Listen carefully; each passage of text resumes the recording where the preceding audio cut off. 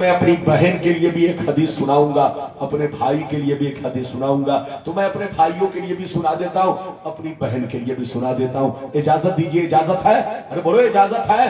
اگر اجازت ہے، چونکہ میں تو تقریر ختم کرنے کے موڈ میں تھا، لیکن اختر صاحب کے آنے میں دیر ہے، تو اجازت ہے تو میں حدیث سنا دوں۔ سارا مجمع بابو لوگ ہاتھ اٹھا کر بولو سبحان اللہ، اور زور سے بول دو سبحان اللہ، اور زور سے بولو سبحان اللہ۔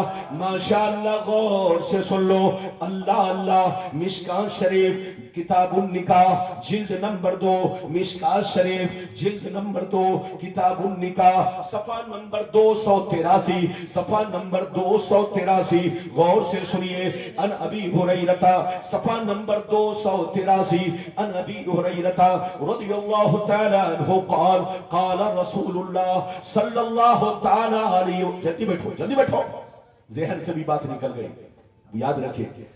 ان ابی ہریرہ رضی اللہ تعالی عنہ قال قال رسول اللہ صلی اللہ ان حکیم بن معاویہ رضی اللہ تعالی عنہ قال قلت یا رسول اللہ ما حق زوجت احدنا علیہ، ما حق زوجت احدنا علیہ، فقال علیہ السلام ان تطعمها اذا طعمت وتكسوها اذا اغتسلت ولا تضرب الوجه ولا تقبح ولا تہجر الا فی البیت۔ حضرت حکیم بن معاویہ رضی اللہ تعالیٰ عنہ فرماتے ہیں، ایک دفعہ سرکار سے میں نے عرض کیا، اے اللہ کے رسول، ہماری بیویوں کا ہم پر حق کیا ہے؟ ہماری بیویوں کا ہم پر حق کیا ہے؟ ہم ان کے ساتھ کس طرح سلوک کرے، کیسا برتاؤ کرے؟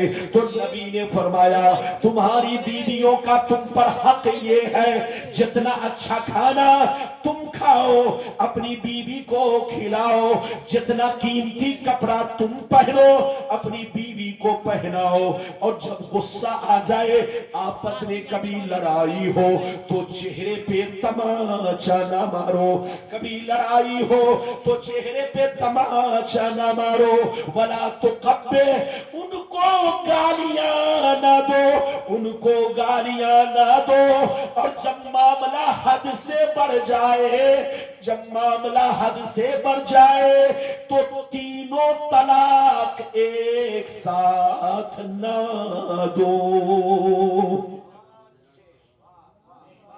ہاتھ اٹھا کر بولو سبحان اللہ، اور زور سے بولو سبحان اللہ۔ نبی نے کیا کہا؟ زور سے بولو۔ حضرت حکیم بن معاویہ کہتے ہیں، میں نے نبی سے پوچھا، اے اللہ کے نبی، ہماری بیوی کا حق ہم پر کیا ہے؟ تو نبی نے فرمایا، تمہاری بیوی کا حق یہ ہے، جو تم کھاؤ بیوی کو کھلاؤ، تم جتنا اچھا، جتنا عمدہ کھانا تم کھاؤ، اپنی بیوی کو بھی کھلاؤ، اور تمہاری بیوی کا تم پر حق یہ ہے کہ جتنا قیمتی کپڑا تم پہنو، اپنی بیوی کو بھی پہناؤ، اور کبھی غصہ آ جائے تو ہلکا ہاتھ، لاٹھی سے نہیں، ڈنڈا سے نہیں، جوتا سے نہیں، ڈنڈے سے نہیں، کسی اور چیز سے نہیں، کسی اور چیز سے مارنا ناجائز ہے۔ اگر غصہ آ جائے، تو میں ہو، تو ہلکا ہاتھ پیٹھ پر مارو، ان کے چہرے پر تماچا نہ مارو، چہرہ اللہ کا نور ہے، جب کوئی چہرے پر مارتا ہے تو اللہ اور اس کے فرشتے ناراض ہوتے ہیں۔ اگر غصہ آ جائے، تو میں کی نوبت ہو، تو ان کے بدن پر، جسم پر ہلکا ہاتھ مارو، ڈنڈا سے نہیں، لاٹھی سے نہیں، جوتا چپل سے نہیں، ایسا کرنا ناجائز ہے، گناہ ہے، ان پر ظلم اٹھانا بہت بڑا گناہ ہے۔ اور سن لو، ان کو گالیاں مت دو، ولا تقبح، ان کو گالیاں مت دو، ان کو کبھی بدصورت مت کہو، کیونکہ تم بدصورت کہو گے، ان کے دلوں میں نفرت پیدا ہوگی۔ تم محبت چاہتے ہو تو ان کو کہو کہ تم میری نظر میں سب سے خوبصورت ہو، بہت اچھی ہو، تمہاری طرح کوئی نہیں ہے، تم ان کی تعریفیں کرو۔ آگے سنیے، نبی فرماتے ہیں، جب غصہ انتہا کو پہنچ جائے، معاملہ زیادہ بگڑ جائے، تو 3 طلاقیں ایک ساتھ نہ دو۔ ادھر دیکھیے، مسئلہ سنیے،